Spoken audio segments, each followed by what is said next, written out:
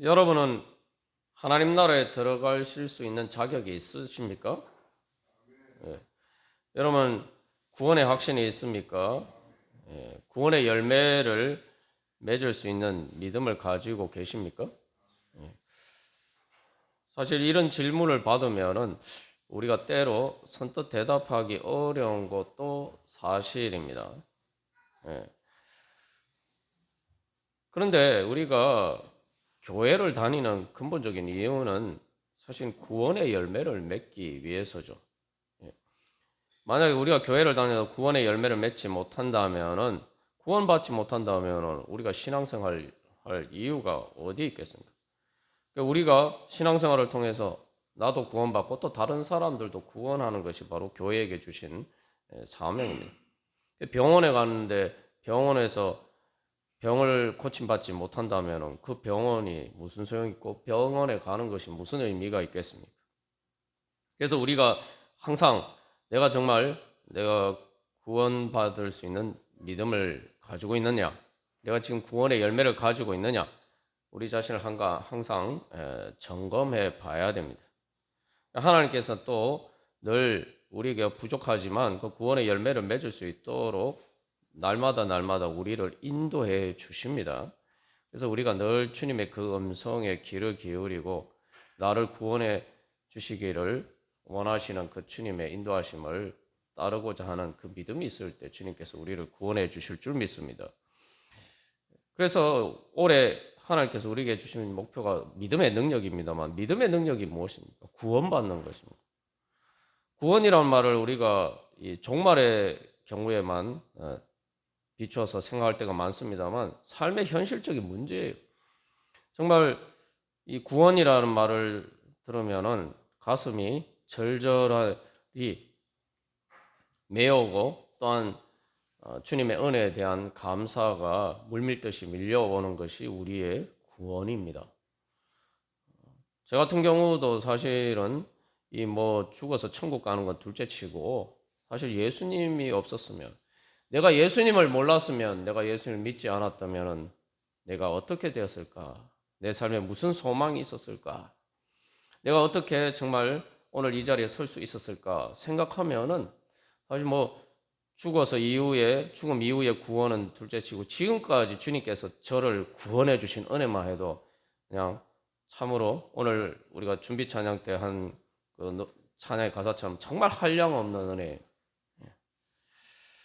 그래서 사실 이제 그것을 통해서 내가 믿음의 능력을 이미 체험을 했고, 내가 정말 살 길이 없었는데 구원의 방법이 없었는데 아무도 나를 구원해 줄 수가 없었는데 내 삶에 탈출구가 없었는데 예수님 때문에 예수님이 나를 구원해 주셔서 내가 예수님 믿고 예수님께 믿고 의지하고 구했더니 주님께서 나를 살려 주셨다. 이런 고백이 우리 안에 넘쳐나고 그 고백이 점점 더 커져가는 것을 감으로써 우리가 결국 마지막 또 구원의 소망을 이루게 됩니다. 그래서 이런 문제를 이제 점검해 보기 위해서 우리가 오늘 이 두 본문을 읽었습니다. 여기에는 세 종류의 사람이 등장하는데 나는 어디에 속하는 사람인가? 우리 한번 생각해 볼 필요가 있습니다. 그래서 이 세 종류의 사람은 이제 마태복음 7장에 나오는 거짓 선지자들, 첫 번째는 거짓 선지자들이고, 그다음에 누가복음 15장에는 두 사람이 나오죠. 탕자와 탕자의 형이 나옵니다. 이렇게 세 사람이 있어요. 여러분, 이 세 사람 중에 하나님 나라에 들어간 사람은 누구고 하나님 나라에 들어가지 못한 사람은 누구입니까? 뭐 누가복음의 탕자의 비유에서는 뭐 맏아들이 아버지의 이야기를 듣고 다시 그 잔치 자리에 들어갔다면은 그게 상징적으로 이제 하나님 나라의 잔치 자리에 들어가는 거죠. 천국에 들어가는 거죠.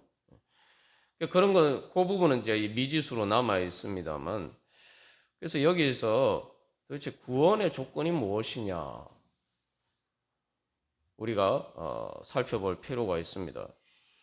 첫 번째 이 마태복음 7장에 나오는 거짓 선지자의 경우는 보여주는 것은 이 종교적인 행위, 종교적인 겉으로 드러나는 우리가 뭐 신앙생활하는 그 모양만 가지고는 우리가 구원을 판단할 수 없다는 것을 알 수가 있죠.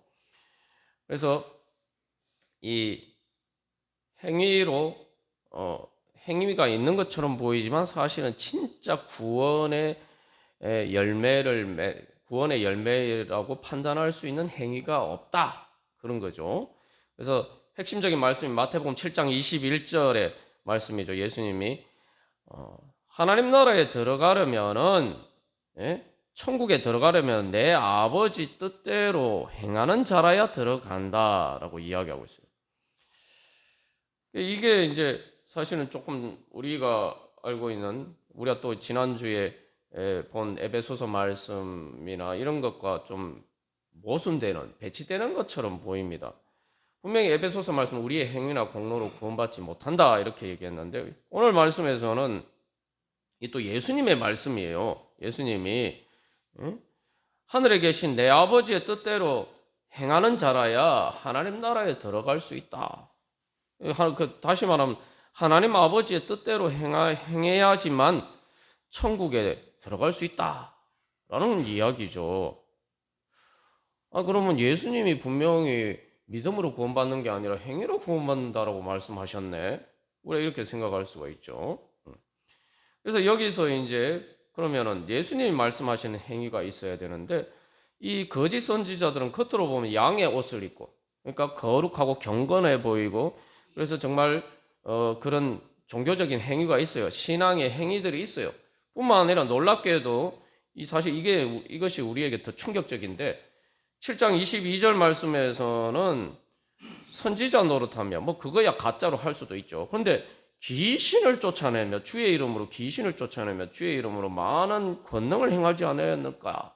그러니까 이거 단순한 우리가 일반적인 그 신앙생활의 그 모습뿐만 아니라 하나님의 능력이 나타난 심지어 귀신을 쫓아내고 그것도 그냥 권능도 아니고 많은 권능을 행하는 능력 있는 행위가 있는데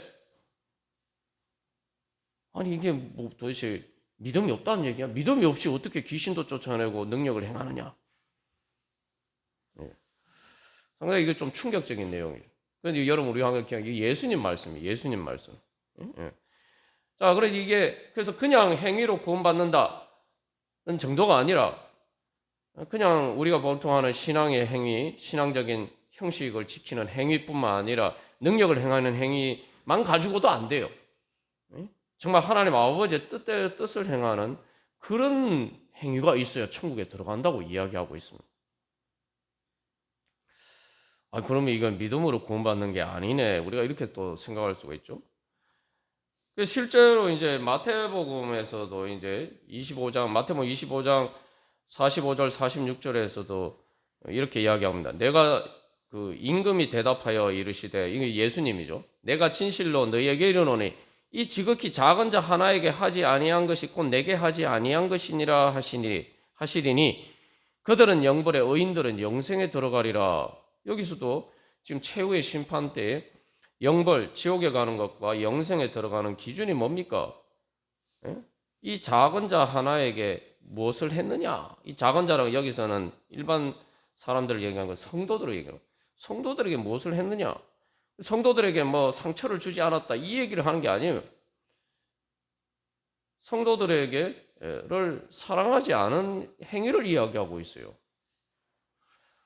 이것도 정말 부담스러운 이야기죠. 그냥 행위도 아니고 성도들에게 은혜를 베푸는 성도들에게 선행을 오늘 우리가 읽은 암송 구절로 읽은 갈라디아서 말씀처럼 바로 그 이야기 착한 일을 하되 믿음의 가정들에게 착한 일을 하는 것 그것이 예수님이 최후의 심판 때에 천국에 가느냐 지옥에 가느냐를 결정하는 기준이다.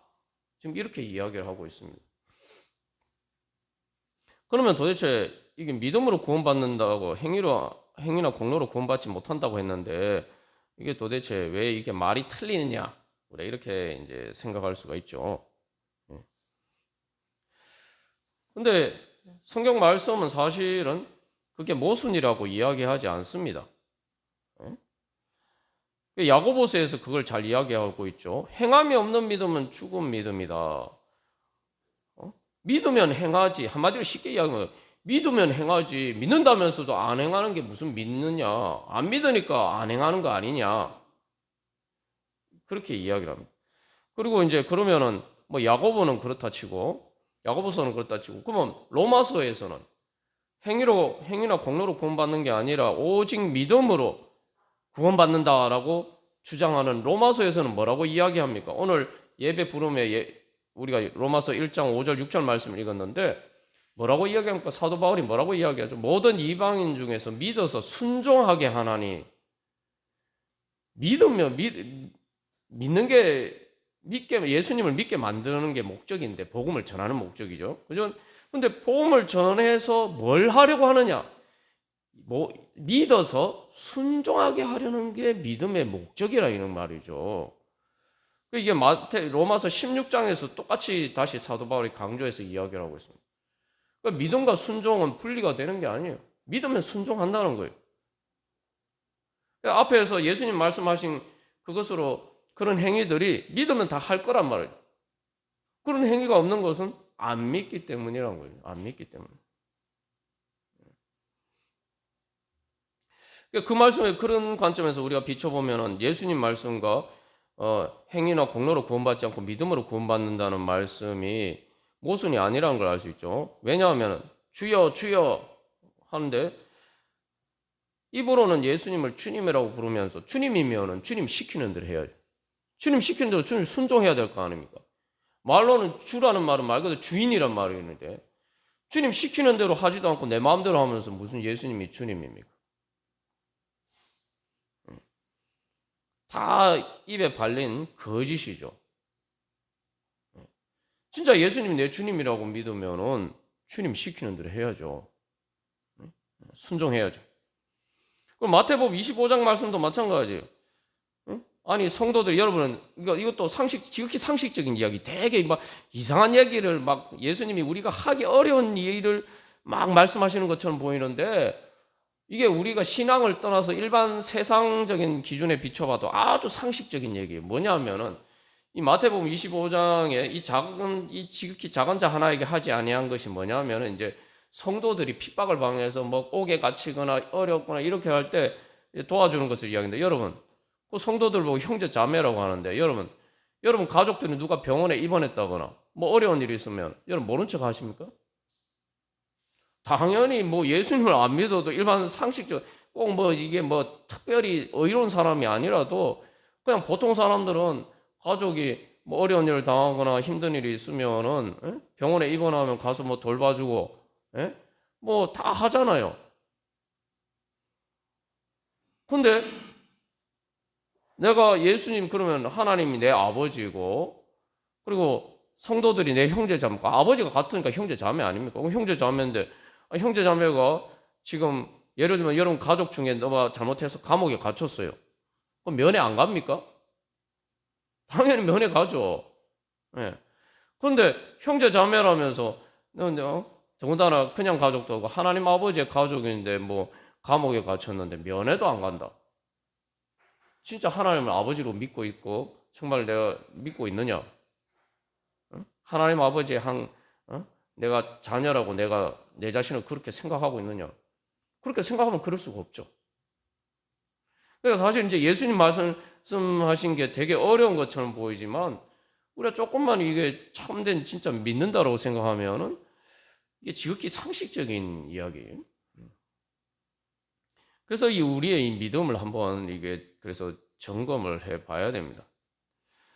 자, 그래서 이제 마태복음 7장에 나오는 사람들은 순종을 안 하는 사람들. 그죠? 하나님 뜻대로 아버지의 뜻을 행하지 않는 사람. 근데 누가복음 15장에 나오는 마다들은 뭐라고 얘기합니까? 자기가 나는 아버지의 말씀을 어긴 적이 한 번도 없습니다. 이렇게 얘기하죠. 근데 뭐 이 마다들이 진짜 뭐 거짓말을 했겠어요?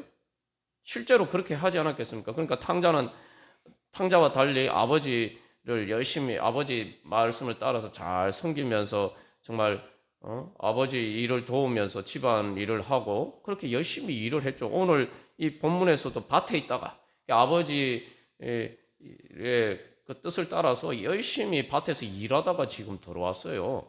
말 그대로 이 사람은 순종하는 사람이에요. 그런데 그렇게 순종을 잘했는데 마지막에 아버지가 예?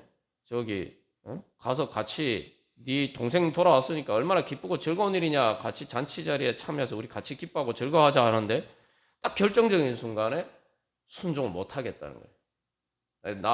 지금 우리 흔히 하는 말로 좀 제가 이제 적나라하게 표현하면 나 열받았어.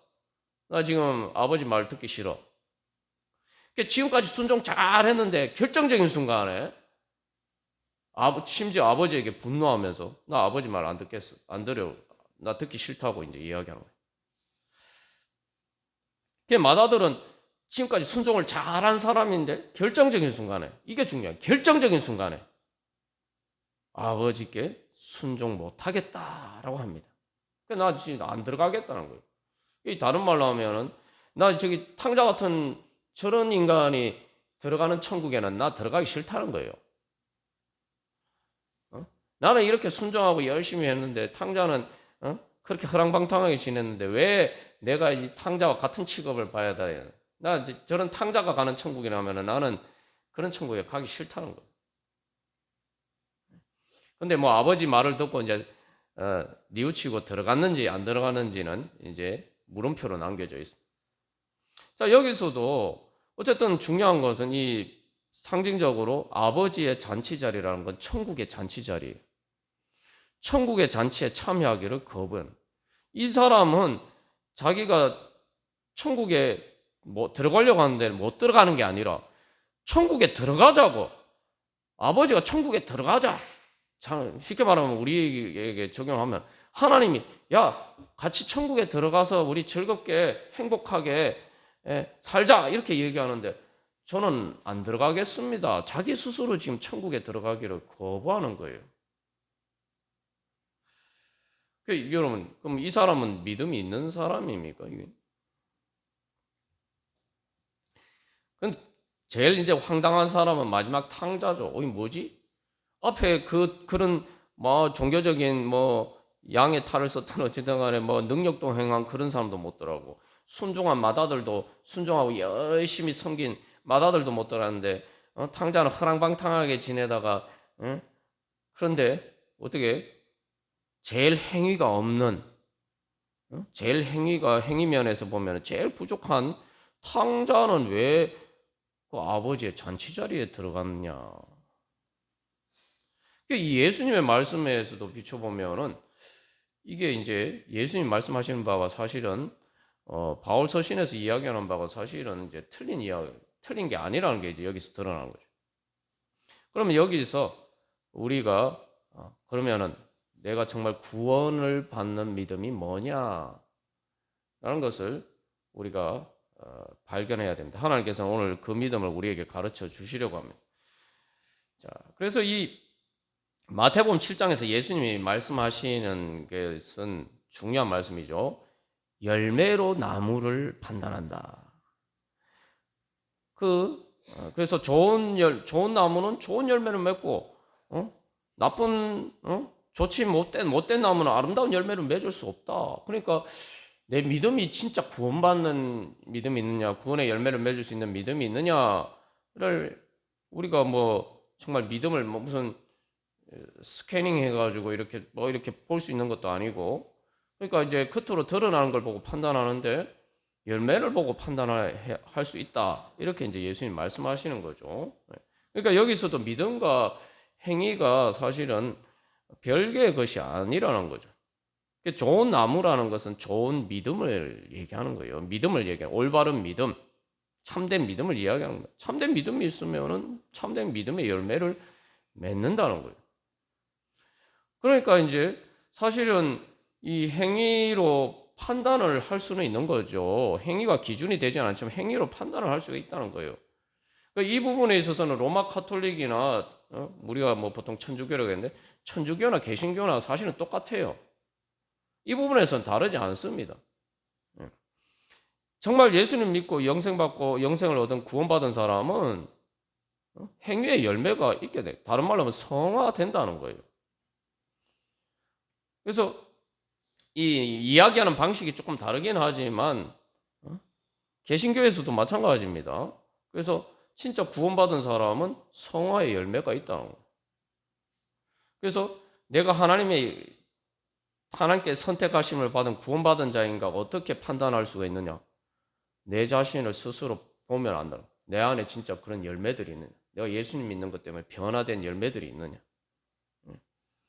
그게 그래서 청교도들도 이야기하는 게 내가 정말 그런 하나님의 능력으로 내가 정말 믿음 때문에 내가 변화가 되고 그래서 내가 성화가 되는 이러한 것들을 통해서 내가 정말 하나님의 예정 가운데서 하나님의 백성으로 선택받았구나 이걸 확인할 수 있다라고 개신교에서도 그렇게 이야기를 합니다. 그러면은 도대체 뭐냐? 여기서 이제 중요한 것은 이제 마태복음 7장에 중요한 힌트가 있는데 마태복음 7장에 예수님이 거짓 선지자들은 양의 옷을 입고 그러나 속은 노략질하는 일이라. 내가 겉으로 보이는 행위가 정말 양의 옷만 양의 옷인지 아니면 진짜 내가 양인지, 그죠? 이게 이제 문제라는 거죠. 그러면은 겉으로 양의 옷을 입었다는 게 뭐 진짜 양처럼 보이는데 진짜 내가 양인지 양의 옷만 입고 있는지 이것도 어떻게 판별하느냐? 이게 문제가 되죠. 자, 그래서 생각보다 이게 간단한 문제가 아니죠. 앞에 여러분 화면이 있습니다만 여러분 화면에 그 왼쪽 화면 보시면은 성 모양을 보시니까 어떻습니까? 되게 멋있지 않습니까? 화면이 희미해서 자, 근데 저 성이 무슨 성입니까? 모래성이에요. 해변가에 만들어 놓은 모래성입니다. 오른쪽 화면은 새 예루살렘 성을 그림으로 묘사를 한 건데 실제로 우리가 새 예루살렘 성이 어떤지 우리가 알 수가 없습니다만 대략 이렇게 묘사를 한 건데 자, 둘 다 멋있는 성의 모습인데 하나는 모래성이고 하나는 새 예루살렘 성이 우리가 보는 이제 정말 그 천국을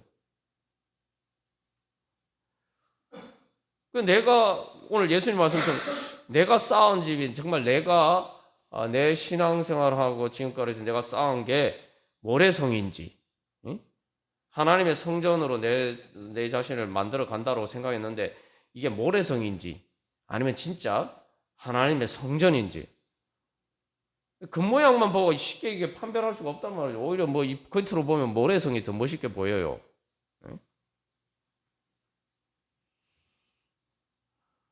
그래서 예수님 말씀하실 때에 이제 여기서 핵심은 이 반석 위에 쌓았느냐, 모래 위에 집을 지었느냐, 예수님 그 말씀을 하시는 거예요. 이게 중요한 건 이게 내 중심의 근본에 내가 정말 모래와 같은 그러한 반석처럼 든든하지 못한 참된 믿음이 없는 그런 내 심령이 그러한 상태인가. 오늘 우리 장로님이 기도하실 때도 주님 채워주시옵소서 그러는데 정말 반석 대신 예수님으로 내가 딱 채워져 있어서 그죠?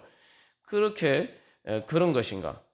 아니면 내가 믿는다고 하는데 내 믿음이 모래와 같은 그런 헛된 믿음이었느냐? 이걸 사실은 우리가 진단을 해봐야 되는 거예요. 제대로 이렇게 분별을 해야 된다는 거죠.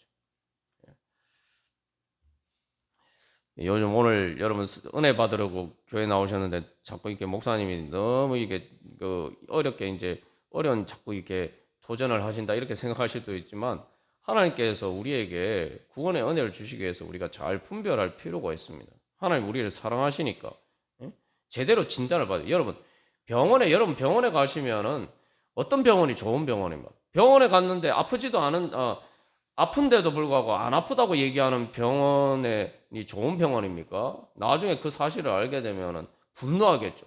아니, 내가 이렇게 그 암에 걸렸는데도 괜찮다고 해가지고 이 치료 시기를 놓쳤다 이렇게 되면은 그 병원에 진짜 막 의료사고라고 생각하고 이제 항의하지 않겠어요? 분노하지 않겠습니까?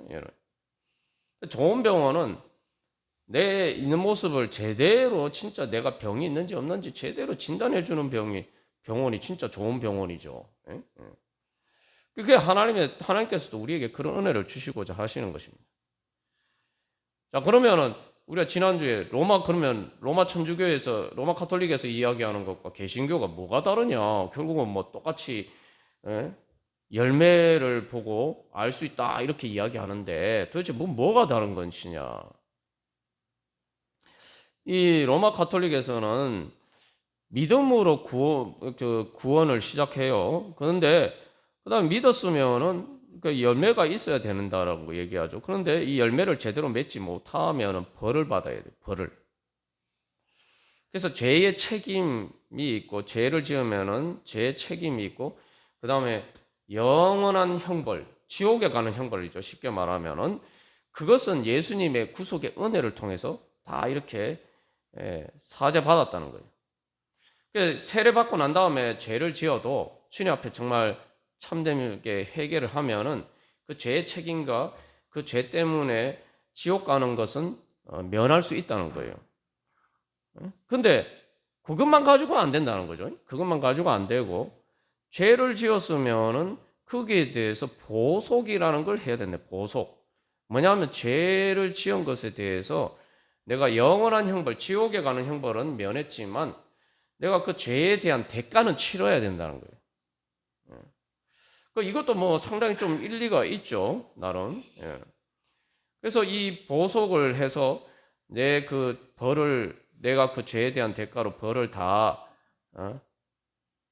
치러야 되는데 쉽게 말하면 내가 뭐 어떤 손해를 끼쳤으면 손해배상을 해야 되는 것처럼 그것을 이제 내가 다 이게 그 죄의 벌을 치러야 돼요. 그 일시적인 벌은 예수님이 우리를 용서해 주셔도 그건 피할 수가 없어요.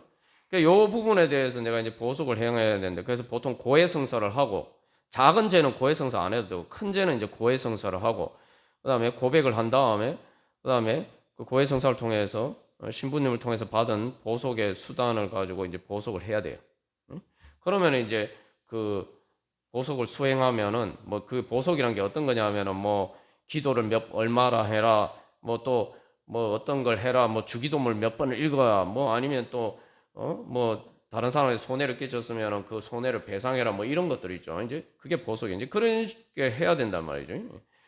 근데 이제 그렇게 하고도 이렇게 처리가 안 된 벌은 연옥에 가서 벌을 받아야 된다는 거예요.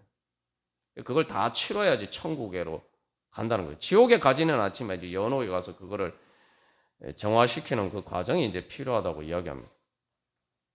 그런데 이제 이 연옥의 고통을 이제 천주교에서 이야기를 할 때는 연옥의 가장 작은 벌도 순교자의 고통보다 더 가혹하다 이렇게 이야기합니다. 아이 끔찍하죠. 무시무시하죠. 연옥의 한 시간은 이 땅에서 100년의 고통과 맞먹는다는 거예요. 그게 뭐 사실 지옥의 고통이나 별 차이 없어요. 그러니까 루터가 그렇게 고행을 한 겁니다. 보속을 하려고. 근데 이제 고해성사하고 고해성사를 해야 되는 이제 큰 죄가 뭐냐 이렇게 보면은 이게 큰 죄로 분명히 큰 죄라고 이야기하는데 이게 지금 큰 죄인가? 우리가 흔히 일상생활에서 이제 뭐 흔히 범하는 웬만한 죄가 다 큰 죄에 다 들어가 있어요. 심각한 죄, 고해성사를 꼭 해야 되는 죄가 있는데 7가지 대죄가 있는데 여러분 한번 들어보십시오. 이게 우리가 이런 죄를 안 짓고 사는지 한번 생각해요. 교만, 탐욕, 사치하는 거, 분노, 그거다가 더 이제 황당한 거는 황당한 해도보다 어쨌든 더 이렇게 우리가 탐식도 있어요. 질투, 거기다 정말 이러면 우리가 도대체 대죄를 안 지은 사람이 누가 있어요? 변덕. 예? 우리가 사실은 이걸 대죄가 아니라고 생각하는 게 문제입니다. 이게 뭐 천주교에서는 과장해서 이야기하는 게 아니에요. 사도 바울 서신에 고린도서에 보면은 천국에 들어가지 못하는 죄에 대해서 이야기를 할 때 이 다 있어요. 예? 시기, 질투, 탐욕 다 있어요. 요즘 뭐 동성애 문제가 상당히 이슈가 되고 있습니다만 사람들이 이 예수 믿는 사람들이 한 가지 중요한 거 놓치고 있는 한 가지는 그 동성애의 죄에 대한 목록과 함께 거기에 같이 시기, 질투, 탐욕, 그 다음에 음행은 혼전 성관계 다 포함됩니다, 여러분. 그러니까 우리가 지금 동성애만 가지고 얘기할 게 아니에요, 지금. 그것만 대제인 줄 알았는데, 예? 시기, 질투, 교회에서 그런 일이 얼마나 많아요. 교회에서 다투고 분쟁, 교회에서 맨날 분쟁이 일어나서 문제가 생기지 않습니까? 그렇게 죄 지으면 사도 바울이 성경에 보면 열 보십시오. 그렇게 그런 거 행하면은 천국에 못 들어간다. 하나님 나라를 유업으로 못 받는다. 분명히 그렇게 돼 있어요. 그러니까 이게 천주교에서 지금 그냥 하는 얘기가 아니에요. 성경에 근거한 얘기예요. 심각하게 생각해야 돼요. 이걸 대제가 아니라고 생각하니까 이게 문제인 거예요. 네. 네. 그래서 대제는 고해성사라고 보석을 해야 되는데, 그러니까 루터가 맨날 고행하고, 이제 자기는 연옥에 안 가려고, 그죠? 연옥에 안 가고 천국으로 바로 가려고 맨날 이렇게 그 보석을 따라서 고행을 하고, 그리고 맨날 가서 고해성사를 하는 거예요. 그러니까 그 루터의 고해성사를 듣는 신부가 막 화가 나는 거예요. 아니 루터가 고해성사를 이건 뭐 자기가 다른 일을 할 수가 없어요. 자기 붙들고 계속 하루 종일 고해성사를 하니까 막 그 루터의 고해성사를 듣는 신부가 제발 좀 고해성사 좀 그만하라고 막 화를 냈다는 그런 실제로 그런 일. 그래서 루터가 독일에서 이 경건으로 유명한 사람이 됐어요. 아 루터라는 사람은 수도사는 진짜 열심히 고해성사를 하고 보석을 하고 야 진짜 루터보다 더 경건한 사람이 있겠느냐 이렇게 얘기했는데 루터는 중요한 거는 이런 대제가 자기가 그렇게 해도 이게 계속 그 마음의 문제잖아요. 그죠? 교만, 시기, 질투 이게 다 마음의 문제 아닙니까? 이게 해결이 안 되는 거예요. 그 도대체 이게 그러면 루터 입장에서 자기 할 수 최선을 다했는데 도대체 이게 고해성사를 얼마나 해야 되는 거예요? 내가 도대체 보석을 얼마나 해야 되는 거예요? 고행을 얼마나 해야 되는 건가?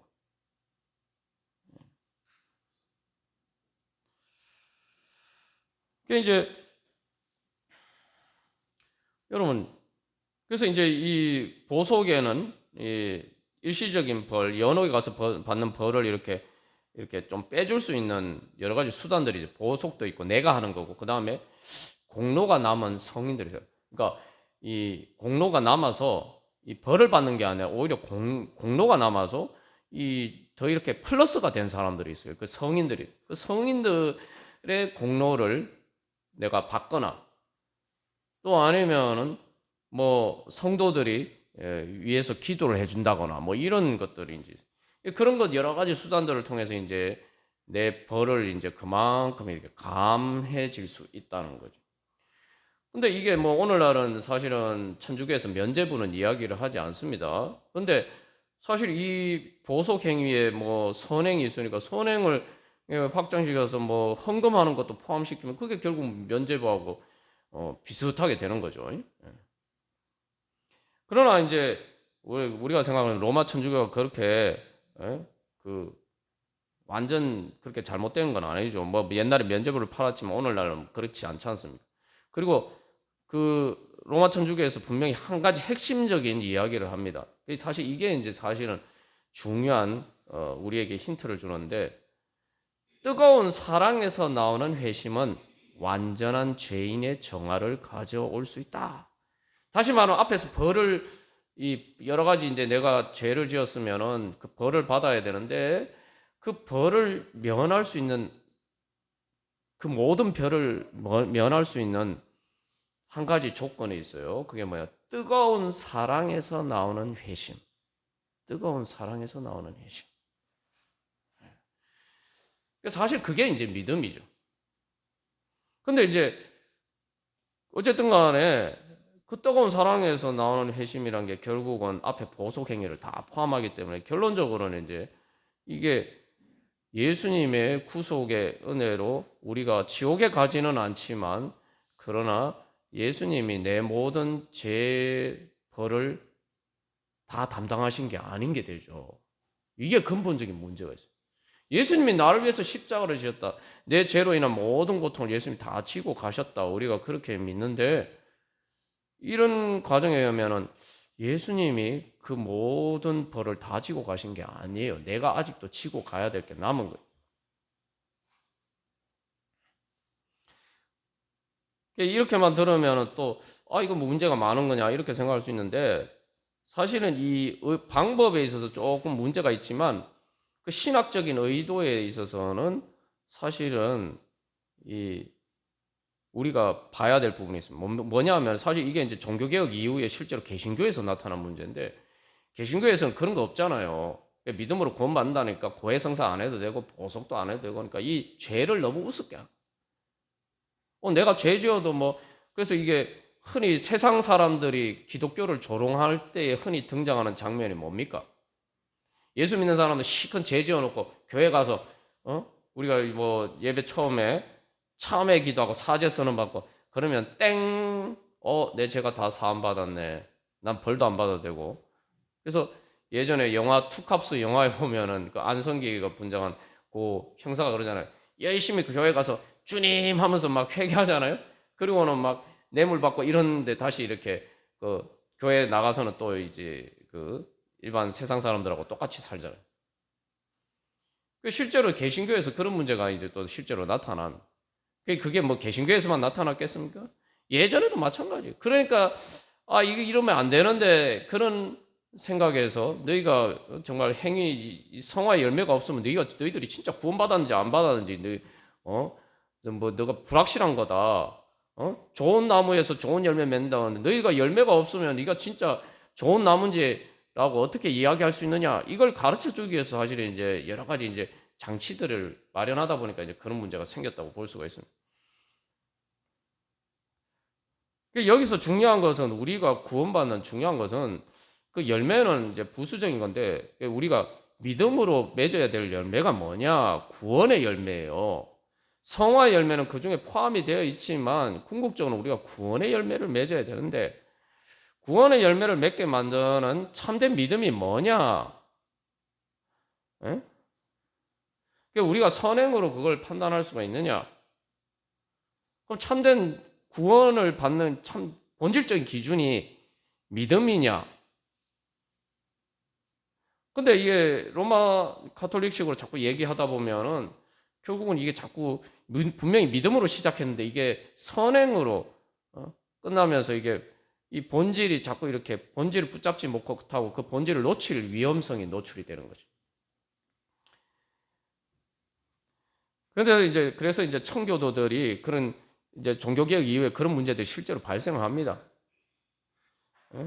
개신교는 말 그대로 이제 그나마 있던 고해성사나 보석도 없으니까 이 마음 놓고 자기들 마음대로 사는 거예요. 통제가 안 되는 거예요. 그래서 청교도들이 나왔잖아요. 청교도들은 뭐라고 얘기하냐면 이 로마 가톨릭 천주교보다 더 심해요. 더 엄격해요. 뭐냐면 로마 가톨릭에서는 세례 받으면은 그죠? 세례 받으면은 죄사함을 받고 구원받는 거라고 얘기해요. 뭐 연옥에 갔다 하더라도 그죠? 근데 청교도들은 뭐라고 얘기하냐면 세례 받는 거로 구원받는 게 아니다. 이거 또 충격적이죠. 뭐 여러분 실제로 그렇잖아요. 교회에서 세례 받고 교회 안 나오는 사람들도 많잖아요. 분명히 세례 받았는데 교회 안 나오는 사람들도 많잖아요. 그러니까 청교도에서는 뭐냐면은 회심을 해야 참된 회심을 해야지 구원받은 거다. 그러니까 세례는 구원받았다는 하나의 이제 증표고 구원을 위한 하나의 수단이라는 거예요. 그래서 실제로 초창기에 뭐 우리가 보통 얘기하는 청교도들은 교회의 공동의의 회원이 되려면 회심의 증거가 있어야 돼요. 세례만 받은 거 가지고 안 돼요. 그러니까 처음에 뭐 열심히 믿었지만 그 부모들은 열심히 믿었는데 그 다음 세대, 그 다음 뭐 세대 가니까 이게 자꾸 신앙이 이제 부모들처럼 열심히 안 믿는단 말이에요. 그러니까 회심의 증거가 없어요. 그러니까 공동회에 회원권이 없는 거예요. 근데 청교도 사회에서는 교회 회원권이 없다는 거는 실질적으로 여러 가지 사회적인 지위나 이런 것에서 모든 자격이 없는 거예요. 그러니까 사람들이 불만이 점점 쌓여가지고 그러니까 결국 어쩔 수 없이 타협하고 결국은 이제 그런 것들이 없어져 버렸어요. 허지부지 돼버린 거죠. 뭐 너무 엄격하다고 할 수 있지만 중요한 것은 회심의 증거가 있느냐, 참된 믿음의 증거가 있느냐.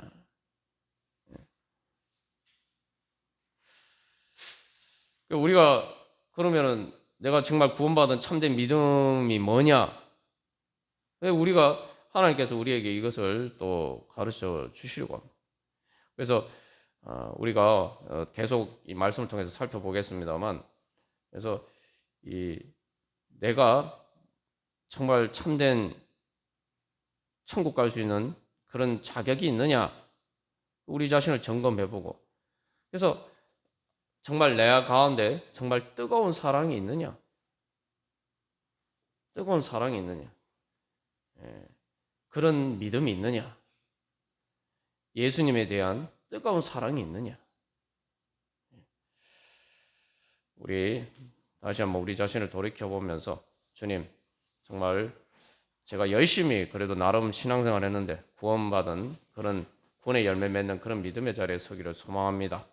우리 그런 소망을 가지고 우리 한 주간 기도문 같이 읽도록 하겠습니다. 1번 제가 먼저 읽겠습니다. 구원의 열매를 맺는 참된 믿음을 주소서.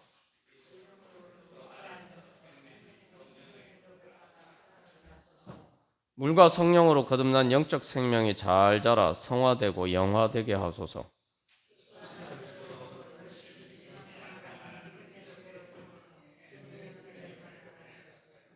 하나님의 말씀을 통해 복음의 진리를 잘 깨달아 알고 믿게 하소서. 믿음에 따라 회개하고 하나님의 말씀에 순종하여 의를 행하게 하소서. 아멘. 우리 이 시간 주님 앞에 기도하면서 주님, 제가 참된 회개하게 하여 주시고 참된 믿음으로 주여 구원의 열매 맺게 하여 주시옵소서. 그래서 저를 위해서 십자가를 지신 예수님 사랑하는 참된 믿음을 주시옵소서. 우리 함께 기도하겠습니다.